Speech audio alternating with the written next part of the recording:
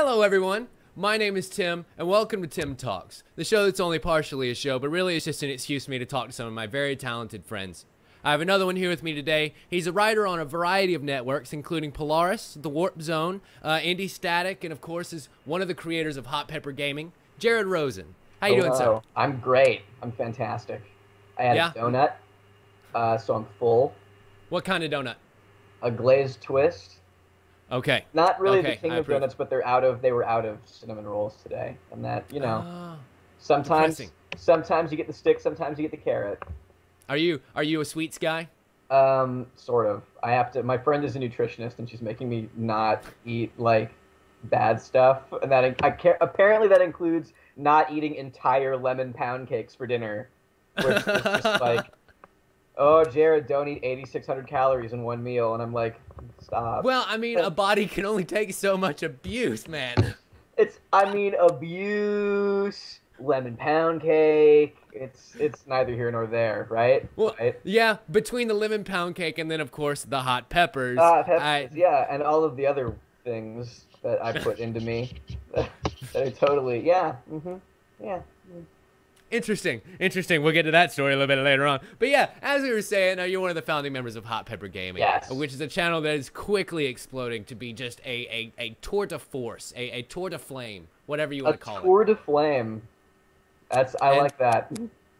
And so, tell us a little bit about the inception of it. Let's kind of get the formality out of the way. The show kind of started out as like a tweet. I remember Vernon and Aaron were talking about it in the office. We all work at Maker Studios full time. Well, they work full time. I work like as a freelancer, but I'm there mostly all of the time.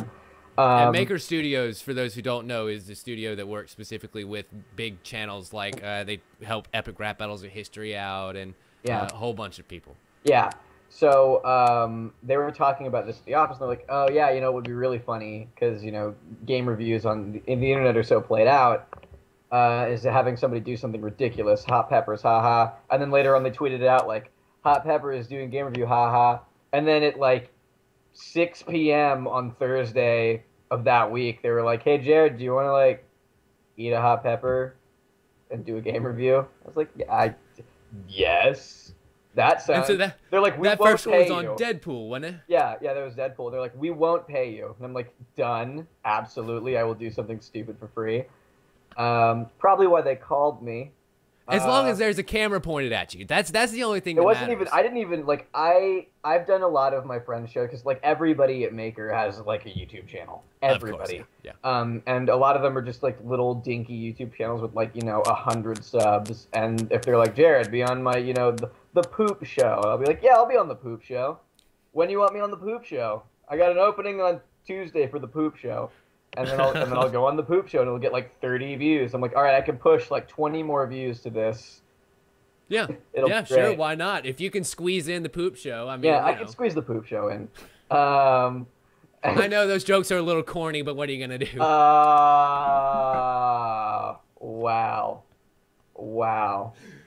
So getting back to HotPepperGaming. So yeah, I just wanted to do this. I thought it was going to be a one-off thing, and so we sat down and we did them, and they had done 2 pre-written full reviews. They were going to eat a pepper and then read them. But as like my full-time gig is that I am a game reviewer. Mm-hmm. So when I got there, they're like, we've written ours out. I'm like, well, I don't need that. Like, I'll just write some bullet points and then we should be fine. And so we did that. And we filmed it, and everything was great, and it hurt, and my butt hurt, and I pooped a lot, and that was really... There are heat receptors in a butthole. I didn't know that, but I know that now. Yeah, it's amazing the things that you learn in the business of making content. Jesus. But yeah, we went out for beers, and like pear cider, spiked cider, and that was cool. And then I like went home, and that was it, I thought. Yeah. And then 6 hours later, I woke up, and we were in the trades. And I'm like, all right, that's like a fun new thing. And so like, a few hours later, we were at like 170,000 views on the first episode. We're like, well, I guess this is a thing now. So.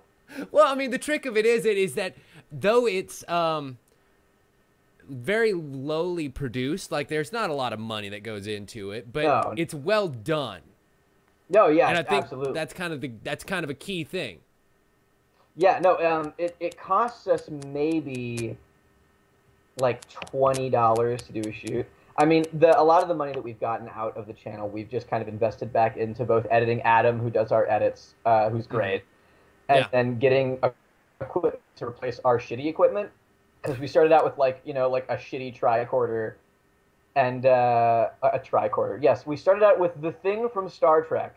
That was like, I missed that actually. yeah. You said it twice, and I still missed it until you said the Yeah, thing. we started out with like a little handy cam and like a crappy tripod, and we would hang like big overlights like from Aaron's roof, and it was really weird, and we had like the cardboard background.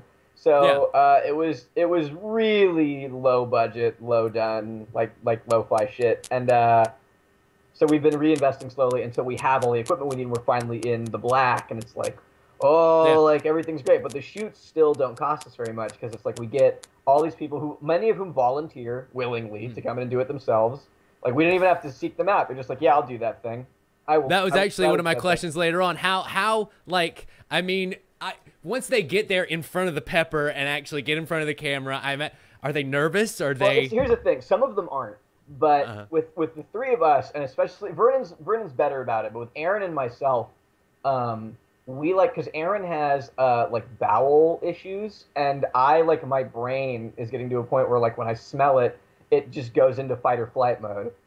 So we're both. Oh yeah, where are our manners? We forgot to mention the other two founding members in full, and let's go ahead and give credit where credit's due. There's Vernon Shaw and Aaron Smallfield. Vernon Shaw, the actual idea creator, the main man, the man behind the man of HotPepperGaming. Nice. The guy who came up with the idea. And then there's our creative director, Aaron Schmalfeld, who is my old college friend. And I mean, listen, not to degrade anything that she does, but that is the absolutely most adorable thing that you ever see, is to see that cute girl with the most adorable voice take this hot pepper and just go to town. Go to town, yeah. She's she's a trooper. Let's just say she gets away with a lot. Fair enough. Fair enough. She's a great human. She's one of my favorite humans. But man, she gets away with a lot with that cute demeanor of hers. I think my favorite is when the cat comes and tries to get the milk. Yeah, Michael's a turd. We love Michael, but Michael the she is a turd. Sure, why not? Yeah.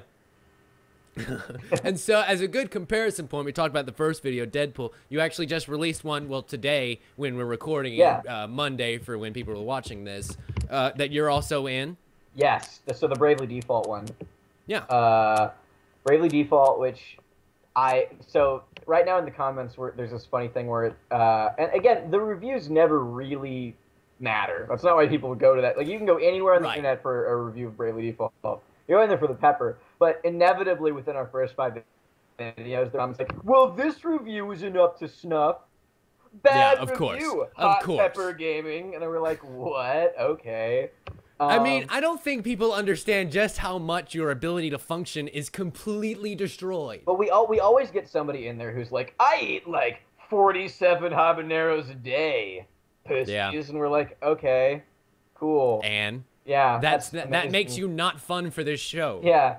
I eat 100 spoonfuls of that shit sauce every meal. We're like, you are, first of all, lying, and second of all, you're 14. So stop. Stop doing that. That was the other thing I was going to bring up. Not only can you see a difference in the editing between then and now, but they also have banned you apparently from eating peppers. No. That was just a joke from the first. They're like, we can't let you eat peppers anymore because my reaction to the sauce was so good.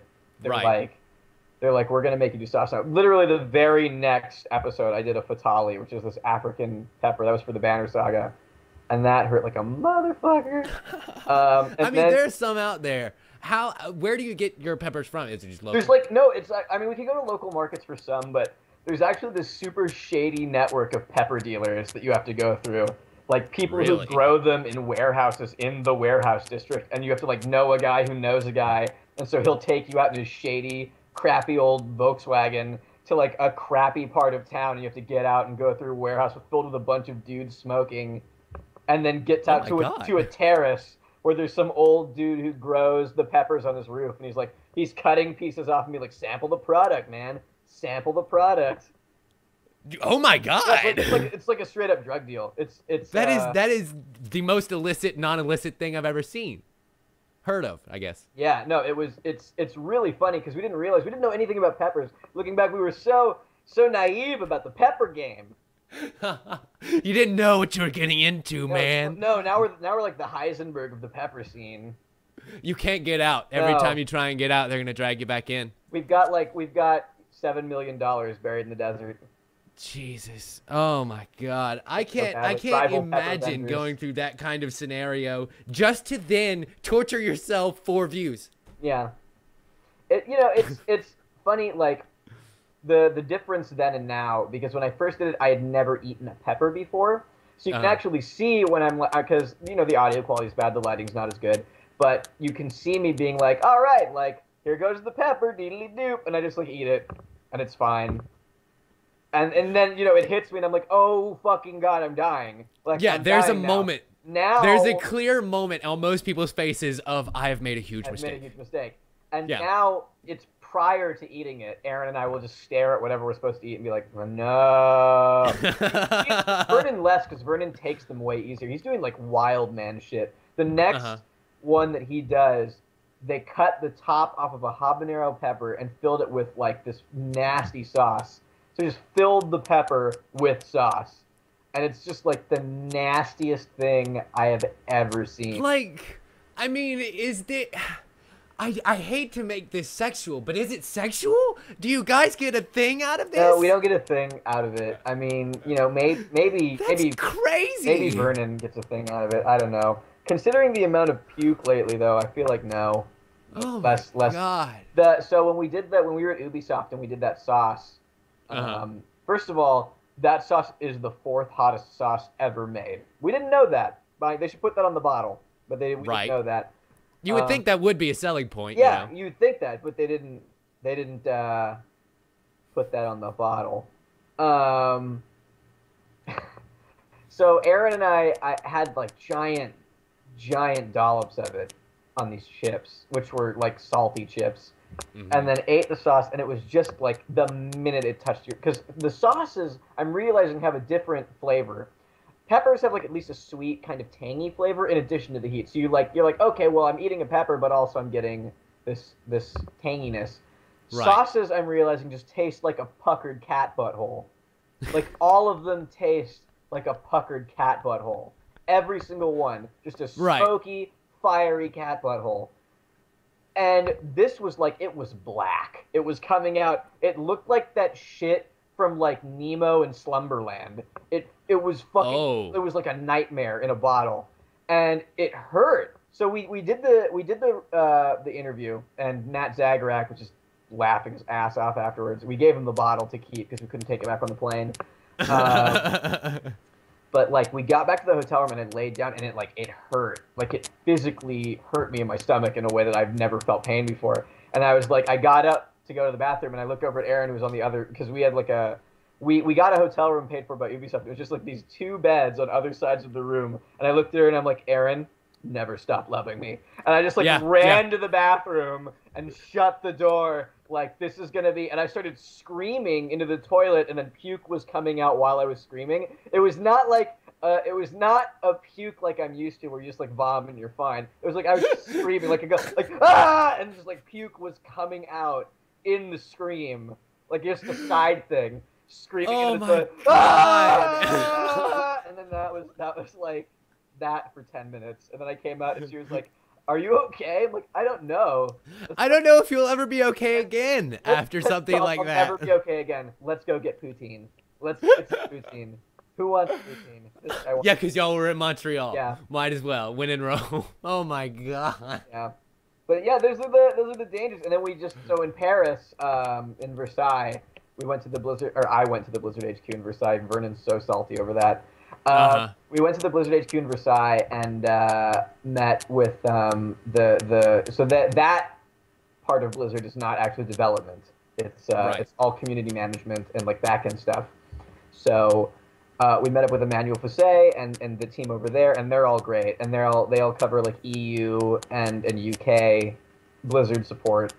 And so we did one with them, which will be coming out soon, whenever Reaper of Souls comes out. That's going to be when that one comes out. And then that was supposed to be the only one we needed to do. And they were like, well, fair turnaround's fair turnaround. You are going to pepper us. We want to pepper you. So why don't you play a boss in Diablo 3 after eating a hot pepper? And I was like, that sounds fine. That's like a fine thing. I'll do that thing. And then they brought out these peppers. So Emmanuel got the peppers from like a friend of a friend who apparently they're like stepma or something, lived in like the French Caribbean and got like these nightmare things. He's like, no, these are habaneros. And I looked at them and they were like the size of a baby fist. They were huge. They were like this. They were big fucking things. like some were fist size, like man fist size. Like, really? Like clearly like this big. And I'm just like holding them up. What in the fuck are these? These are not habaneros. He's like, no, they're habaneros. They're French Caribbean habaneros. I'm like, that's okay. Yeah, no, it's the qualifier is very important. Yeah, that's a very important thing. So he did his, and he champed through it, and then after they cut cameras, he started like crying at the table, and that was great. God. And so I was like, all right, cool, we're gonna do this, and they gave me like one of the art books, the Book of Cain, which is cool, and I got to read that, and that's awesome. And announce the thing, and then I went into the room to play the game. And they're like, all right, you're going to play level 60 Witch Doctor. We've kitted you out. You're like a company character, made for like company events. You're really strong, good build. I'm like, yes, this is awesome. Can't wait. Good gear. So I'm moving No way through. You could lose. No way you could lose. So I'm moving through. I'm winning pretty hard. I'm supposed to get to the Skeleton King before I eat the pepper, and I'm just kind of prefacing it like, oh, the Skeleton King. I wonder if it's like, why isn't it the Democratic Republic of Skeletons? Where's it got to be? And thinking I'm fucking like the most clever guy in Clevertown. How's he the king? I didn't elect him. Why is he the king? This looks like an oligarchy, like an oligarch skeleton. Yeah. This is government jokes. So I got to a part with a cutscene. So I haven't played Diablo 3 in a while, but I won't spoil the video. But I got to a part that was not the boss. And I didn't know that because I thought it was the boss. And then I ate the pepper and then immediately realized that I was not fighting the boss yet. And that there were still like 2 floors of dungeon to go. And I was just like, I puked in a trash can. They gave me some bread and then I puked that into the trash can. It was a bad day. It was a bad day and put it in perspective. Hottest thing you've ever had, or are there things that beat it? That sauce in Montreal was the hottest thing I've ever had, but it crunked through. It crunked through.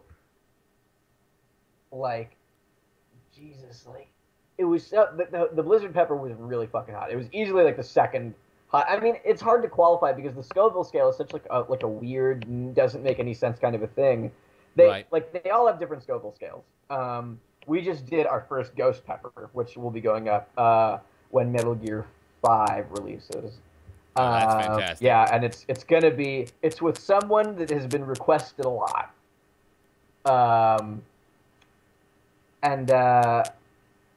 The Ghost Pepper, like, we gave it to him, and he flipped his fucking lid, and it was awesome. But then he came back and he's like, well, I've eaten a habanero before, and this wasn't like the habanero was still hot and this was still hot, but like you couldn't tell it was hotter. It just hurt more. Right. And it was longer. So we're like, well, I think at a certain point the Scoville scale just stops working. Yeah. Well, I mean, and the sense of taste and heat and all that stuff is so subjective anyway. Yeah. It's only going to work per person. Each person can tell you that this thing is hotter for them than the last thing. Yeah. Like for me, the Fatali, and it's funny when we freeze the peppers and they're not crunchy anymore. They're just like this weird, like, it's like biting into like a hot slug. Right. Yeah. It sucks. And the pepper juice, as opposed to being in the actual pepper, is like a pool inside of the hollow pepper. It's super grode when we do it. Yeah, with the frozen pepper. Things you do for views. Look, we do it for the views. In like 7 months, we got 115K subs. So I will keep eating. We will keep eating peppers. And you made something. I think I checked the number earlier, like 50 some odd videos so far. Yeah. In a very short amount of time. We're just cranking them out. We do one a week plus hot pepper fire sales plus special 1 or 2 ops. We did 4 last week or the week before, because we came back with all the Montreal footage. So. And so we mentioned that you've had a whole bunch of guests on HotPepperGaming. Yes. What are some of your favorites? Oh man. So. Do you get to sit in on all the shoots? Yeah, I get to sit on most of the shoots. Some of them we do in their one-offs because, like, I'm not always around. I cover a lot of conventions, like gaming conventions, so I'm not always in town. The favorite ones of mine, God, they're Markipliers were great. Mark is fantastic, and that dude has bought me a lot of drinks and club tickets. So, because his Rogue Legacy one, wasn't that outside of that was outside of Comic-Con. And he came back a second time to do it, and he's actually offered to do it a third time. The crazy asshole. I love the crazy handsome asshole. Crazy handsome asshole with a deep, luscious voice. Yes. Who loves not only to torture himself with hot peppers apparently, but scares pants off. And I mean, that man just loves to torture himself. He's honestly, I just saw him on Saturday, but he's just great. Every time I see him, I'm like, yes, you're fantastic, great. Markipliers was great. Who we just did? Misseru, the cosplayer, the Vi cosplayer. Oh yeah. So I ran into her at like a Doctor Who, like fan thing at this Harry Potter Emporium in downtown Los Angeles. I was just kind of walking around, and it was like a fair, like a craft fair, and you could buy crafts. Like normally you'd find them only on Etsy, but it was all these Doctor Who and Harry Potter people. And I was kind of walking around like, oh, this is kind of cool, this is kind of cool. And I passed her booth, and I was looking at the cosplay photos, and I'm like, I totally fucking know you from the internet. Like, where I've seen these everywhere. And we were talking for a while, and she was like, oh, you know, like, sometimes I get creepers in here. I am, like, and she got, like, a little embarrassed. She's like, I am, like, a little bit internet famous. I'm like, that's fine. I am also a little bit internet famous. Will you do a dumb thing for me? Of course. And she was like, well, what's your dumb thing? I'm like, it's HotPepperGaming. She's like, oh my God, I love the show. And I'm like, great, you're going to be on it. You're going to be on it. And hers. Well, I mean, that's always kind of the awkward thing, is approaching someone else who does something similar to what you do, the same kind of exposure level, and you're wondering whether they're going to have that attitude of kind of like scoffing down at someone, or are they going to think that you're not quite at the same level, or are they going to think you're serious? Yeah, well, it's for most people, like the levels have not mattered. Like, we have people on the show all the time who are like way above where we are in like the subs and views world. Really, it comes down to, I think, consistently comes down to whether they want to eat a pepper on a camera. Like, there's Dodger who wants to do one, and that's great. And so we're setting her up for one. Spoiler alert: we're setting up Dodger for one. But then I asked my other writing friend Nika Harper to come on, and she does all like stuff for Geek and Sundry. She used to work for Riot. And I'm like, Nika, like, we hang out, we're cool, like, do you want to do one of these things? And she should totally do one of these. And she was like, absolutely fucking not. Like, absolutely not. And I'm like, oh, it's gonna be that way? And she's like, I'm not eating a hot pepper. No, I'll die. I will die. Right. It's nothing personal. I love you. Right. No. Like, I can see how that would be a bone of contention for some people. Yeah, it's definitely a boner killer. But, you know, for the most part, we have a lot of people. And it's funny to me that girls say no, because they always seem to deal with it better. Like, the guys flip their shit on a constant basis. And then girls are like, they eat it, and they're like, ow, that hurts. And then they like go, oh, yeah, Aaron. Doing the Monster Hunter 3 review. That thing is the whole time, he looks like he is literally about to pass out at any moment. Oh, yeah. No, he's great. First of all, that is one of the best ones ever. Like, out of all of them. Out of all the ones that we've done, all the ones the guests have done, the fire sales, everything, one of my favorites. Yeah. And if not my favorite, I think it's just my favorite of all. I mean, it's so, the whole channel, but that one especially is just quintessential. It's like, that's what it is right there. It's Schadenfreude-tastic. is what it is. And I also like Aaron because so Vernon and Aaron and Susie are good friends. Like they all know each other. I have only just started. Like I knew Danny. I was pretty good friends with Danny, but I haven't really known the rest of like the Grumps group very well. I'm only just kind of meeting them all now. Sure. Like I met Barry to shoot. He was really great. I've talked to John like once at a convention, and he probably doesn't remember who I am because that was. And then y'all did one with Ninja Brian as well. Ninja Brian. I got to meet him. He's fantastic. Yeah. He is absolutely fantastic. Doesn't say a whole lot. Kind of a. I was gonna say that was one of the more interesting videos. Yeah, kind of a very solid 4 minutes of video. Kind of a murderous enigma, if you will. Yeah. But he's absolutely fantastic on and off screen. He's great. But yeah, I only recently, like, I guess I knew Susie a little bit because I would see her around the office a lot, but I never really talked to Aaron until very recently. And what kills me about Aaron is that he calls me nicknames that people used to call me in like junior high and high school, but like without knowing what they were. And then he's going chronologically forward in time with them. So every time I talk to him, he leaves on like, all right, I'll see you, J-Man. I'll see you, like, Mr. Rosen. And I'm like, that is literally the next nickname that I got going forward in time from the last time that we met. Actually just, when he leaves your vision, he just quantum leaps back to the next period, lives a little bit more, and then comes back. Yeah, he goes into my past, and then he comes back forward. He's like, all right, I know what I'm going to call him at the next thing.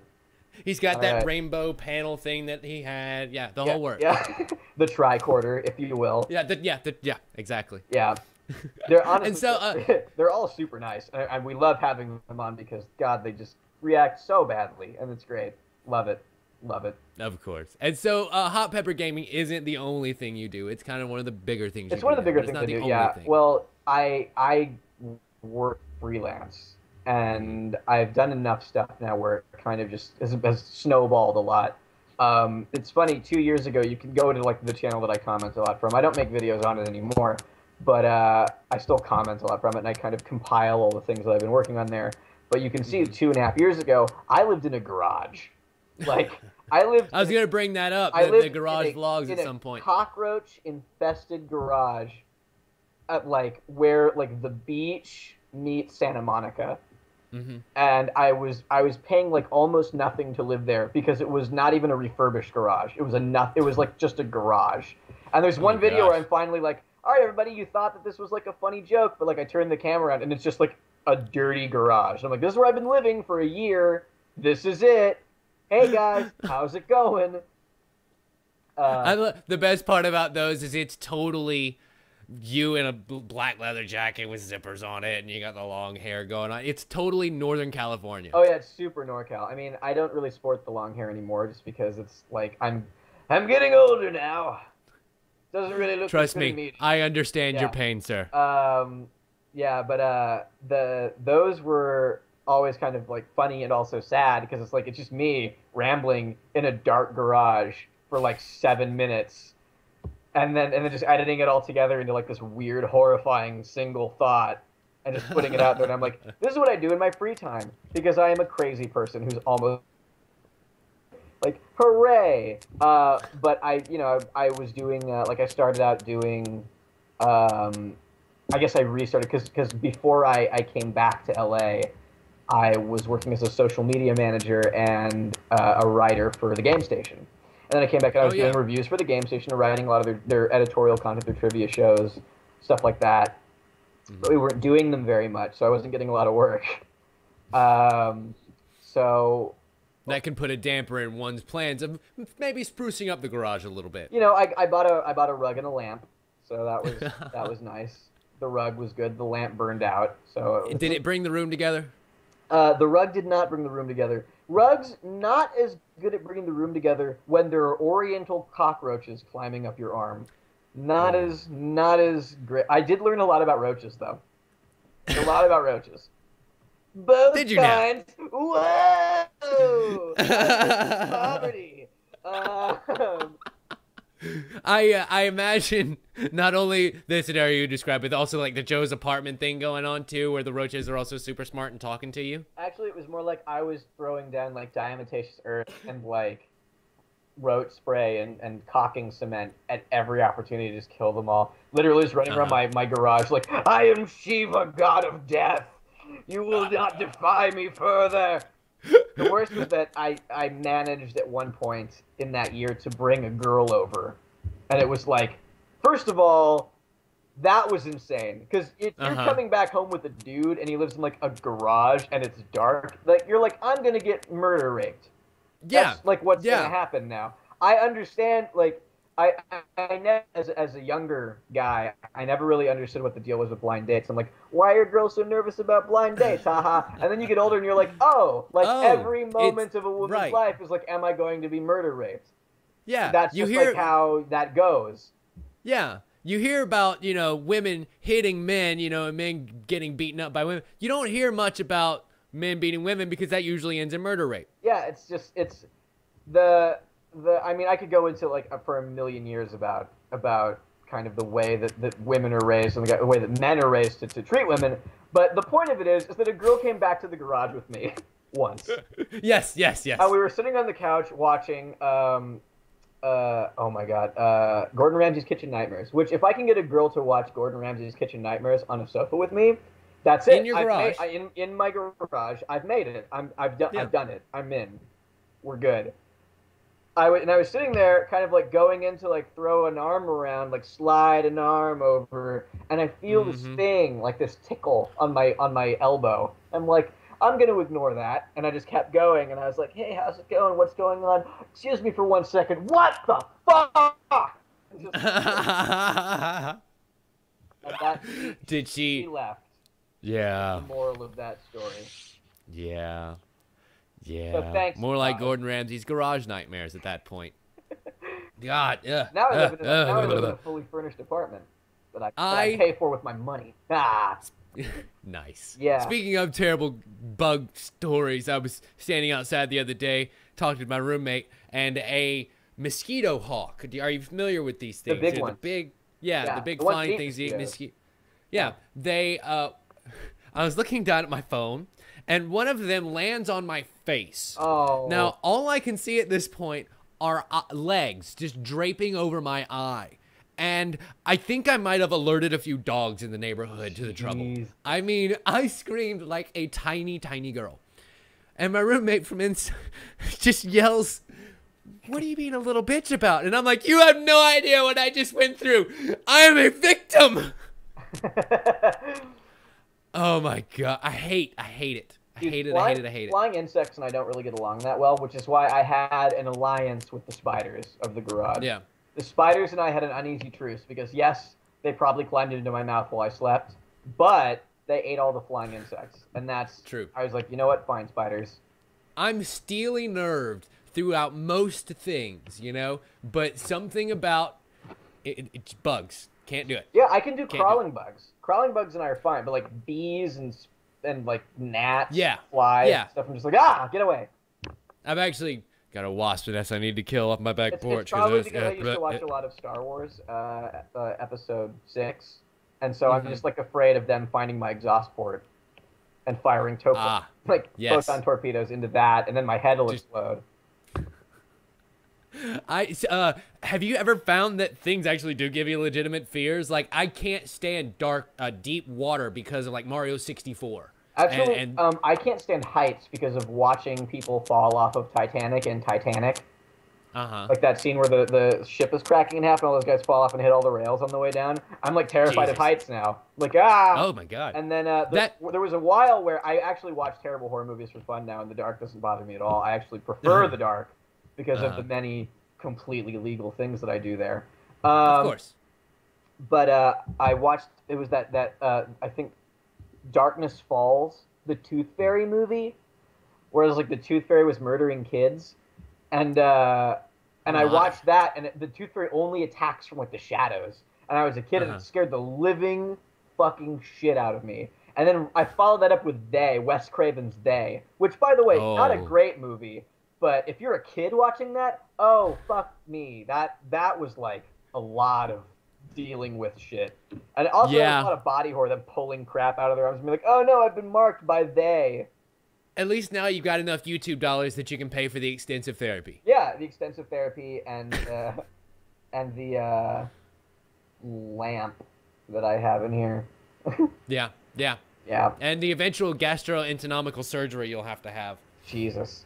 Yeah, that's always fun. The spicy poops are bad. At least they're good. At least the peppers are good for you. Yeah. They're good. Anyways, to get back to your original question, because I've been rambling for 100 million years here. I worked on the Game Station reviews, and then we switched over to Polaris, and I picked up Polaris Reviews, which I was doing for a while. And of course, I was working with Husky and Row and a lot of their stuff. Yeah, I was going to say, at the end of your garage blog series, you kind of mentioned that you were moving in with Husky and Row. Yeah, so they needed an assistant, and they were like, well, part of being an assistant is we just want you to live with us, because you live in a fucking hole. And I was like, yeah, that'd be great. So we did that for about 3 months. I was their assistant. And then afterwards, they're like, all right, well, we don't need you as an assistant anymore. Do whatever you want. Live here. It's great. And I was just like, yeah, awesome. So I kind of used that time to stage my writing career and like got a lot more work. Eventually, I was moved to a production role. I started getting paid a lot more. I started getting paid a lot more for other kinds of work. And my freelance sort of docket expanded. I got picked up by a lot of, I imagine the networking just between the Row and Husky themselves and kind of building out from there is probably a hell of a lot easier. Oh yeah, no, it was they're fantastic people, and both of them gave me a lot of opportunities to like network with a lot of really cool people in the industry and get my name out there a little bit. What's funny is while I've met a lot of people through them, I haven't worked extensively with a lot of people through them. That said, I do have a lot of friends through them that are like really. I could at one point work with them, and that's really cool. And that's the important thing, is because once you kind of get in the environment where you're around a bunch of creative people who are making things, you're inspired constantly. Well, what's funny is there's that aspect of it, but I need to be alone a lot, which is why I decided when I moved so we had to move because the lease ran out. And they're like, all right, so like Row would probably have me live with her forever. Row would probably let me live in some way in her vicinity generally until the end of time. Yeah. But I was like, I need to have my own space, because I need to, like, when I got writer's block, I would have to like drive out to some like godforsaken chunk of beach and just sit there for 6 hours drinking and be like, all right, of course, I've got it. To the car. And then you have to get back. That's the bad part. Then you have to get back. At least now you can sit in your own place and get hammered. Oh, yes. And then step up to the old typewriter and do what you need to do. The typewriter, which I own. Well, I mean, if we're going to go for the Hemingway image here, you might as well go and complete it. People used to say that. They're like, you're the Hemingway of video game reviews. I'm like, please don't ever say that again to me. Please don't ever say that again to me. Then it went, once I started putting Gonzo stuff out, it went from Hemingway to the Hunter S. Thompson of video game reviews. And then I stopped doing that, and now I'm just like a guy who does video game reviews. Well, I mean, according to your Twitter handle, you're not Elijah Wood, so I mean, that's been the thing that's haunted me throughout junior high and high school and college and today.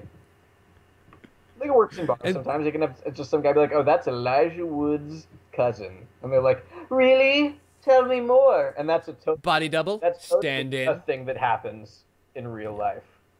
Well, of course, especially now that you're kind of getting around a little bit more and people are seeing your face a little bit. Yeah. Well, but now I'm getting recognized, which is weird, when I like go places. And it doesn't happen very often, but it still does. And always like, I don't know what to do. Yeah.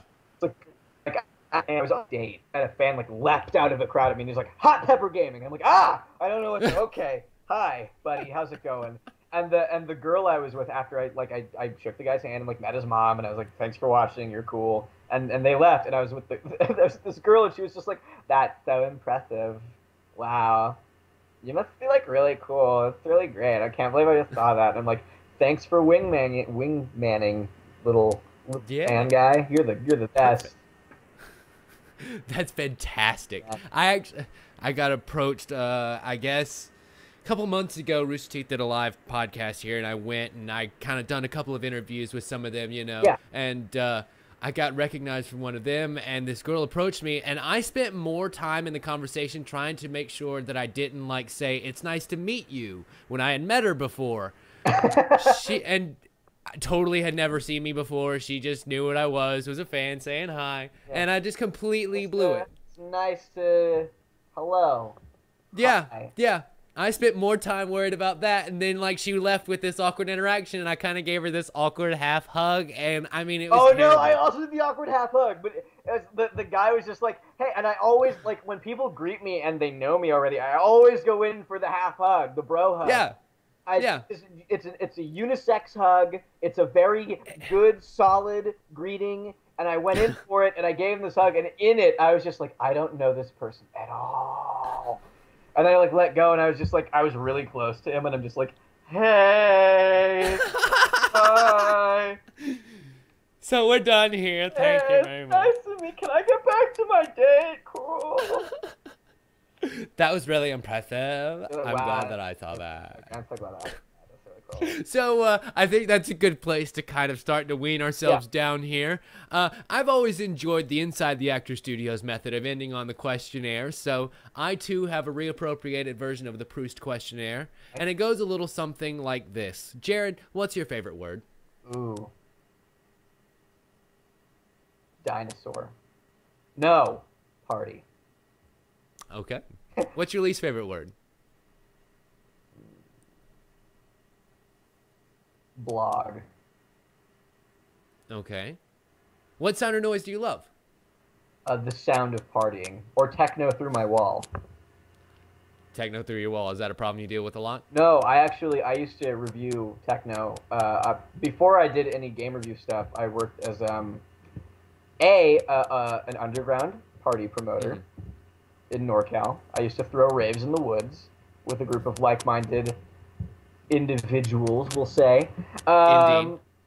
And then I used to review minimal techno for Forward.dj before they shut down, and they were very big in Europe. And so I'm actually an extreme techno snob. Yeah. I think about that. Yeah. What sound or noise do you hate? MNML, which is a subgenre of techno that's really terrible.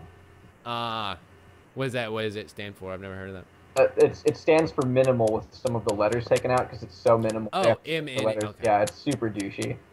Oh. All right. What hero or heroine do you identify with the most? Hero or heroine do I identify with the most? Yeah. Huh. There's no judgments here. You could be Wonder Woman. I could be Wonder Woman. God, that'd be great. Oh my God! Hang on 1 second. I know this. I have to. Is it? Spider Jerusalem from Transmetropolitan. Okay. Normally, I'll just let an answer speak for itself. What? Spider Jerusalem from Transmetropolitan. I have not. You've never heard of him? No. Never heard of him. He's great. No. Send me a link later. We'll put it down in the description. Transmetropolitan. Okay, wait, no. Transmetropolitan. It's a comic book, graphic novel. I believe is it from DC? Is it Image? It might be Image. It's about this like former journalist who has been living on sort of the fringes of society and runs out of money and comes back to New York to continue his career as a journalist. And he's like a psychopath. But he's a great journalist. And I identify with him as my hero more than perhaps like Moon Knight might. Fair enough. I'll have to check that out. That sounds interesting. It's one of the better graphic novels out there. What villain or villainess? What villain? Oh, this one's so good. What villain or villainess? I'm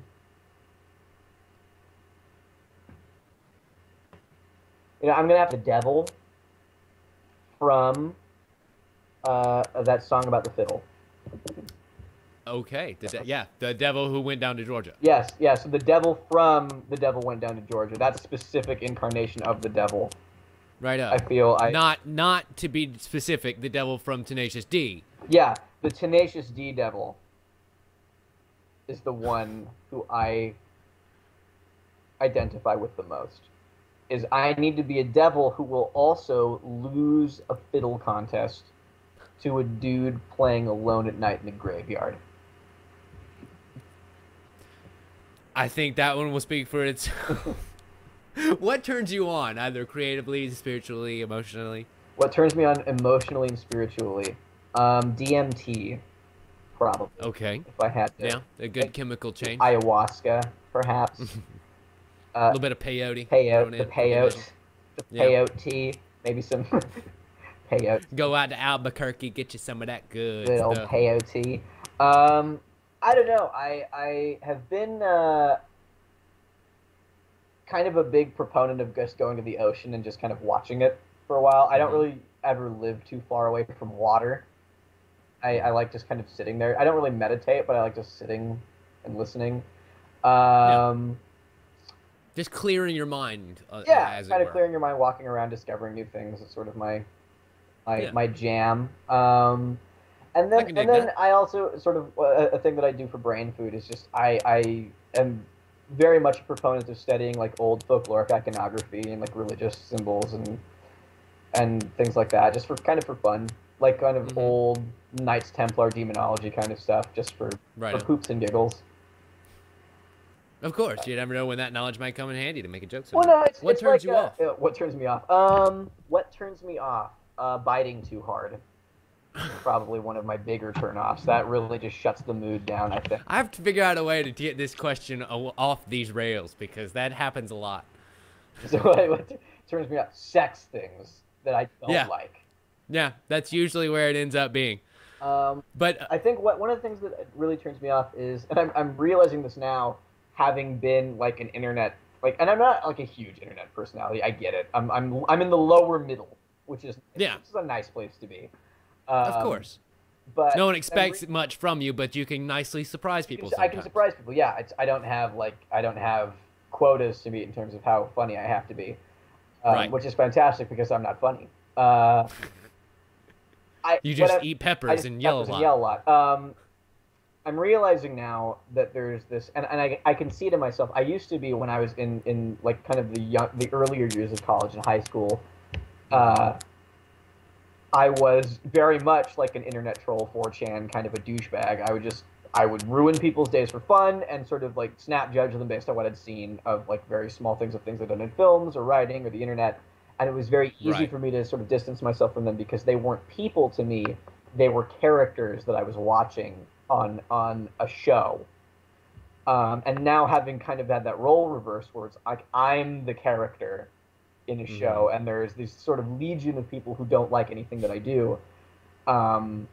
It's a little bit easier to see what happens when the shoe's on the other foot. It's easier to see, because now it's like I can get 4,000 people in a comment thread being like, really funny, really good, you're great. And if one person says that I'm a shithead, I will sit there on that comment staring at it for like. Well, it's the only one that actually exists in your mind. Yeah, because all the other ones are just like, oh, generic, like whatever. And it's kind of like easy to hand wave the positive when you're looking at the negative, and it's so easy to focus on it. And people really get, they get mad that like TB has decided to bow out of it, like interacting with his fans too much, or that. Well, I mean, people say that, but it was because people were posting viruses in his links, in his comments. Yeah, it has nothing to do with that. Yeah, a lot of people were, it's a lot of people in this industry, and especially people who are higher up, like him and Husky, and a lot of people, they get so much hate. And just as a collective group of people, this isn't a very big industry. We all sort of know each other tacitly, or we know each other personally. But everybody's worked with or around the others. And it's very rare to like meet somebody who you don't know through anyone, who like has never worked on a thing that you've never heard of. Or doesn't know at least some kind of 6 degrees. Yeah, there's a 6 degrees kind of a thing. And every single person has stories where they're just like, there are people who harass me, there are people who insult me, there are people who kind of take the work that I've spent my life kind of perfecting and shitting on it. Like I'm make I'm it their job make to it their shit job on to it. shit on it. And it's like I'm a writer by trade, and Yeah. there's no one who is a harsher critic of my work than I am. Nobody. I understand that completely. And like I'll look back at stuff I wrote last year and be like, that's garbage compared to what I'm doing now. And a year Yeah. from now, I'm gonna look back on stuff I wrote this year and be like, that's garbage compared to what I'm writing now. And I can see the progression in my work getting better and better. And by the time that I'm 30, it'll be really good. It'll be where I've always wanted it to be.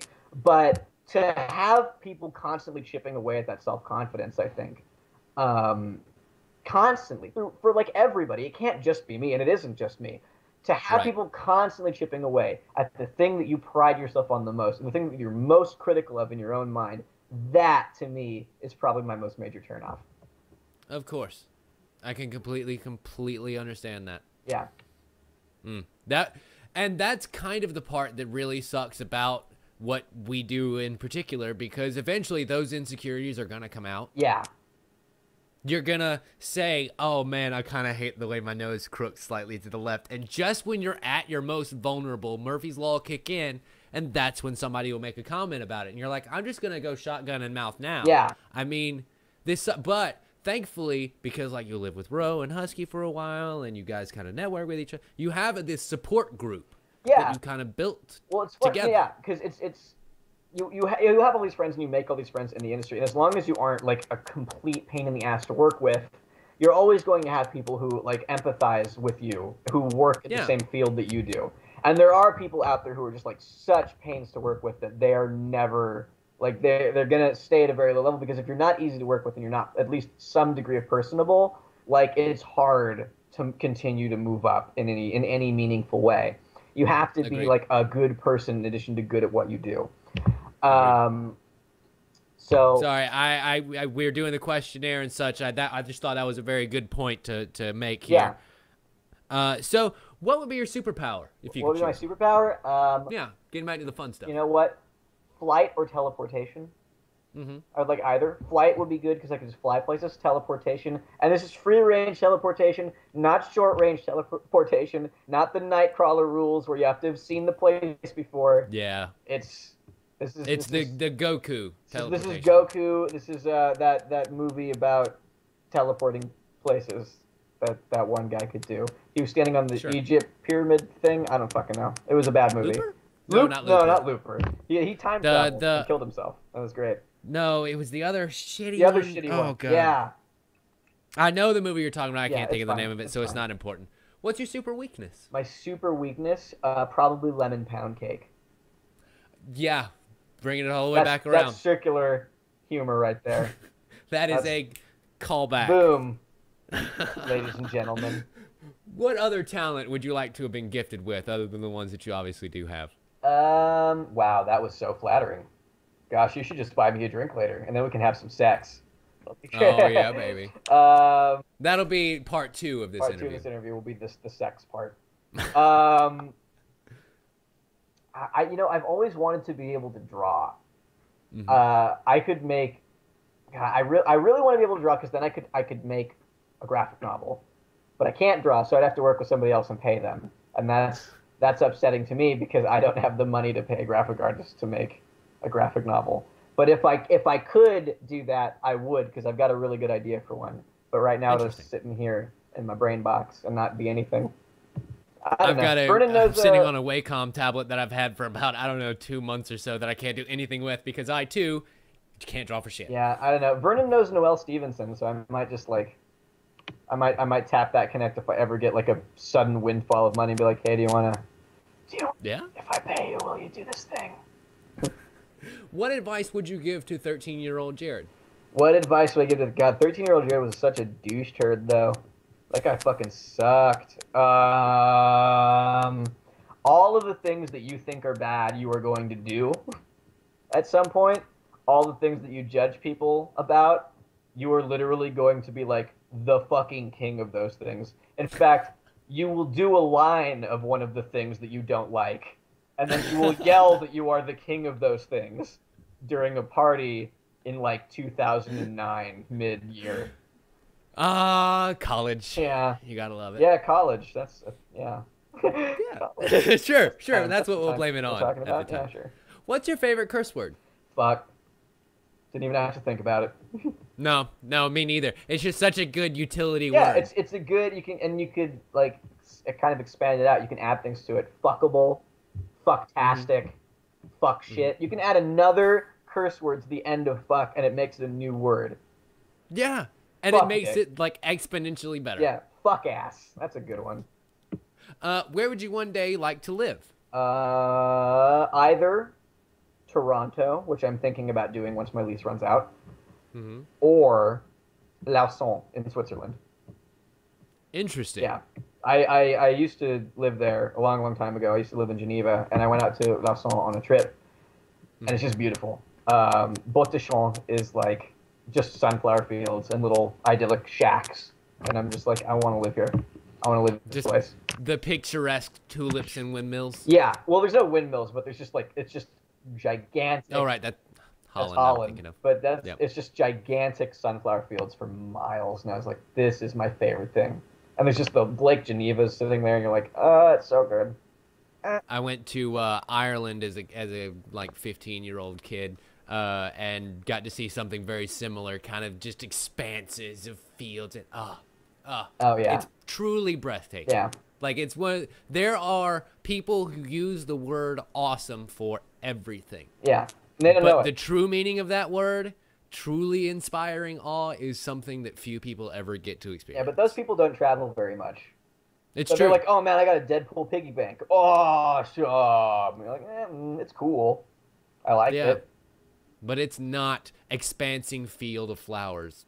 Awesome. Yeah, yeah. And so, our last question here. If you had a choice, Mhm. how long would it take you to respawn after you died? Oh, I wouldn't. Really? I don't think I would. I'm Care to elaborate? I am of, and I've kind of picked up this sort of worldview over years. You know, I've done a lot of things over the years that I'm very proud of, and a lot of things that I'm not as proud of. And I've seen a lot and lost a lot and gained a lot and just kind of learned things. I've done a lot of shit in my lifetime, and I'm only 25, but I've done a lot of shit that a lot of people will never do. And that's just, I'm very lucky to have been able to do it. But I've kind of picked up the worldview that it is a very finite and ephemeral existence that we lead as people. There's not, a place, well, we don't know for sure. There's not, I'm not banking on a place that we go after we die. And consciousness, I assume, just kind of ends at the end of that. And while a lot of people look all of their lives for meaning, I don't think there really is any. It's just kind of there. It's a thing that we experience once, and we make the best of what it is, and sort of use that time to grow and to learn, to help other people do the same. And then at the end, it's just over, and you got your one thing. And that's kind of the big joke of life, is that you spend all this time learning and growing and changing, and then by the time that it means anything, you die, and that's the end. So I don't know if having a respawn timer on a life would be better. I think the beauty of living is that it ends. So you have this time period, this amount of time that you're given to do as much as you can. And that's sort of the beauty of the human experience. So if I had to pick a respawn timer, never. I would just be that guy on the team who fucking clocks out. The minute he dies, he's rage quits. He's like, fuck you guys. That was very eloquently put, sir. Thank you. I get paid to say things like that for money. Fair enough. Speaking of shameless whoring, we've come to the end of our show here, and I would love to thank my friend Jared for coming on the show. Absolutely. You have been excellent. Thank you. I'm sure that this will make me look horrible as a person, but I love it. I love it, and I am. And so, do you have that anything man. to plug? Do I have anything to plug? You can find youtube.com/HotPepperGaming. You can find my writing, many of which talk about drugs, on indiestatic.com. I talk about video games and the thing that I said before, Into My Fist. You can find my work on Polaris. You can find it on The Warp Zone. I occasionally work for Defy Media, or whatever the Collective is calling themselves now. I don't even know anymore. The Collective. The Collective. You can see some of my work on Nerdy But Flirty, or no, not Nerdy But Flirty. I work with her, but not on. Sorry, Geek and Sundry. You can see some of my work on Geek and Sundry. Nerdy But Flirty is all females. I do not. That would be a good channel to work with. A good group of people, but I would probably have to do it under a pen name and also be a woman. So, Probably not gonna. You're halfway there. Halfway there. I know I have the luscious eyes. But yeah, you can Let the audience decide which half. on Geek and Sundry. You can find my stuff just out in the world, doing things. Oh, you can watch Lore in a Minute. Yeah. God, there was so much we didn't even touch on. Good gravy. Yeah, there's. An hour is not enough, sir. No, I've got a lot of things I could talk about. Yeah. Well, it's okay. That just means at some point in the future we'll have to have you back on. Oh, yeah. Your Twitter handle's been below you this whole time. Okay, great. Oh, and one last thing. If you get the chance and you're in LA, please check out Rare Times and their shows. They're fantastic. They're friends of mine. I'm always in the audience, so you can find me there drinking heavily. Nice. So if you're going to accost me violently, probably a good place to do it. That is but not during the show. Not during the show. Please, after the That's show, just be rude. respectful. Yeah. Turn off your cell phones. Don't assault the audience members. Don't assault me until after the show is over and I've said hello to everyone. And not in the bathroom. That's polite. Also not in the bathroom because it's weird and cliche. And ladies and gentlemen, my name is Tim Leftwich. You've been watching this on youtube.com/Tim Leftwich. You can find the audio version of this episode as well as all of the other episodes I've done on soundcloud.com/Tim Leftwich. Thank you so much for watching, everyone. And as always, we'll see you next time. Bye, guys.